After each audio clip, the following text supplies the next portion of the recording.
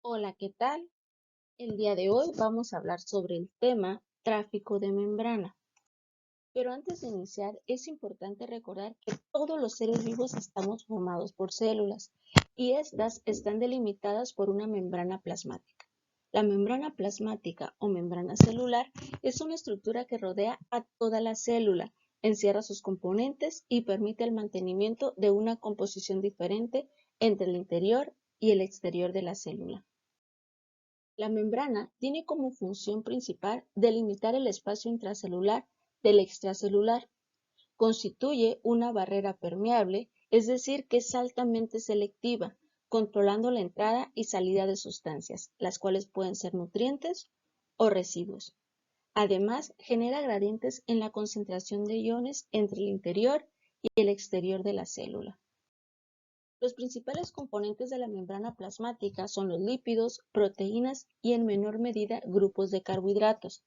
Los principales lípidos presentes son los fosfolípidos, el colesterol y los glucolípidos.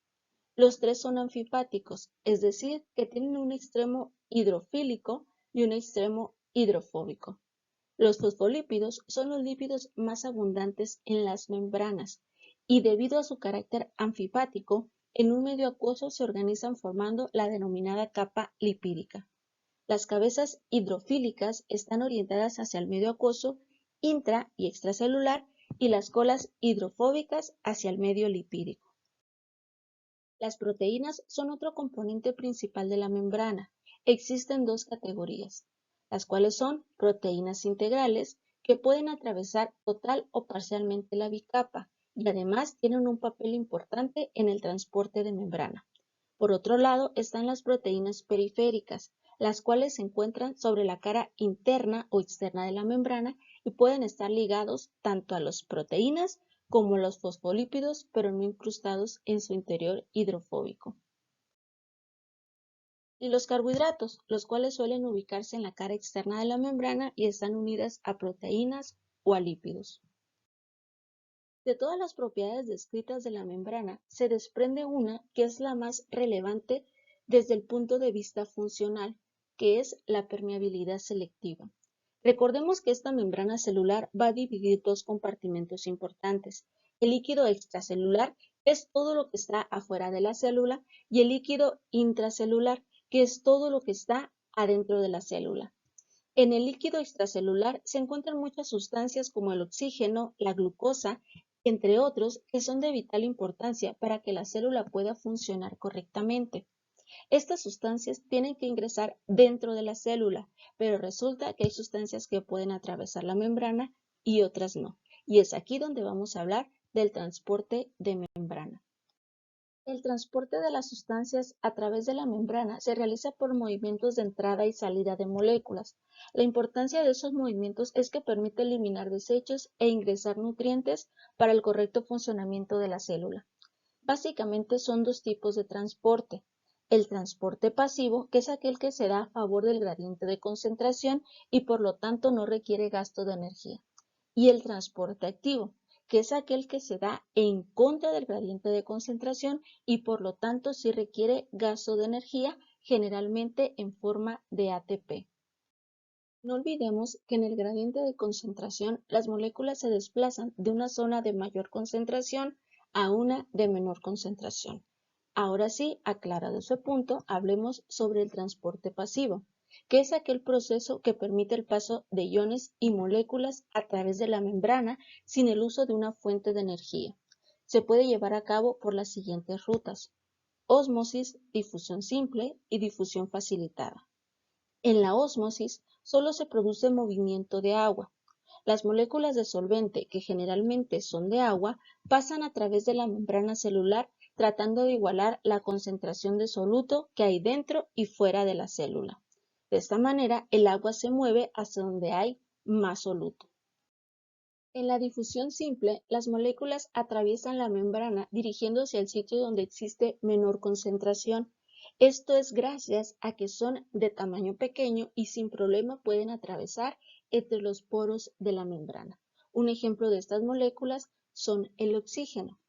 En cambio, en la difusión facilitada intervienen proteínas que se encuentran en la superficie de la membrana, que al hacer contacto con las moléculas se les unen y permiten su entrada.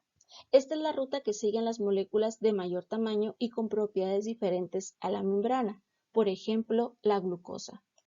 Por su parte, el transporte activo sí requiere de energía para llevarse a cabo, ya que se trata de un tipo de movimiento que va en contra del gradiente de concentración, es decir, de un lugar de menor concentración a uno de mayor concentración.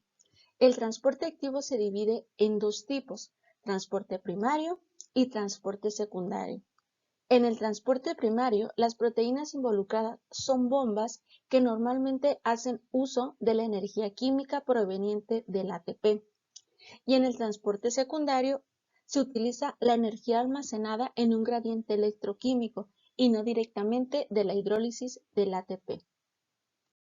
Un ejemplo muy común del transporte activo primario son las bombas sodio-potasio, en las cuales una enzima conocida como ATPasa bombean el sodio hacia el exterior y el potasio hacia el interior de la célula en contra de los gradientes electroquímicos.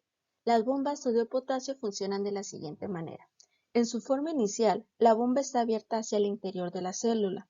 Cuando se unen los iones de sodio, tomando 3, hace que esta bomba degrade el ATP liberando ADP.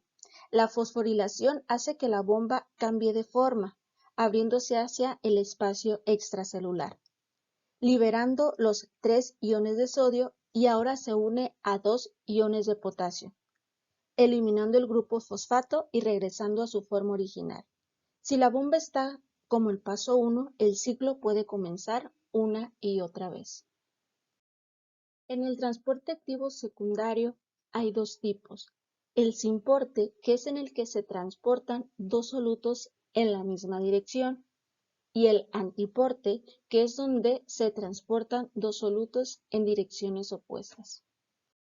En el transporte pasivo y activo, solo se permite el intercambio de moléculas pequeñas o iones a través de la membrana, pero las más grandes, como el almidón, utilizan otro proceso que se explica a continuación. Las macromoléculas, así como partículas de gran tamaño, atraviesan la membrana empaquetadas en vesículas. Este tipo de transporte, al igual que el transporte activo, requiere energía. Durante el tráfico de vesículas se acarrean moléculas necesarias para que la célula obtenga energía y pueda funcionar correctamente. Estas moléculas son incorporadas desde el exterior de la célula a través de un proceso conocido como endocitosis. Pero también se transportan moléculas que tienen que ser expulsadas de la célula. En este caso, el transporte es de adentro hacia afuera y se conoce como exocitosis. La endocitosis es el proceso mediante el cual se incorporan sustancias a través de una invaginación de la membrana celular que lleva a la formación de una vesícula endocítica. La célula utiliza tres tipos básicos que dependen del tamaño y la naturaleza del material que se va a ingerir, las cuales son fagocitosis, pinocitosis y endocitosis mediada por receptor. En la fagocitosis se introducen partículas grandes como células o restos celulares dentro de la célula. La célula rodea su objetivo, el bolsillo que lo contiene se desprende de la membrana y forma un compartimento de membrana llamado vacuola. La vacuola se fusionará después con un organelo llamado lisosoma. Los lisosomas degradan la partícula atrapada en sus componentes más básicos, como son aminoácidos y azúcares, que posteriormente pueden ser utilizados por la célula. En cambio, la pinocitosis solo permite la ingestión de líquidos y solutos a través de pequeñas vesículas formadas por invaginaciones de la membrana plasmática. En la endocitosis mediada por receptores participan proteínas de membrana que son receptores y que se unen de manera específica a las moléculas que se incorporarán a la célula. Por su parte, la exocitosis es el proceso en el cual la célula secreta ciertas moléculas a través de la fusión de vesículas con la membrana plasmática. Las vesículas brotan desde el aparato de Golgi y se desplazan a través de los microtúbulos del citoesqueleto hasta la membrana plasmática. Luego de la fusión de la vesícula con la membrana plasmática, el contenido de la vesícula se derrama fuera de la célula y la membrana de la vesícula se convierte en parte de la membrana plasmática. La exocitosis se puede dividir en secreción constitutiva y secreción regulada.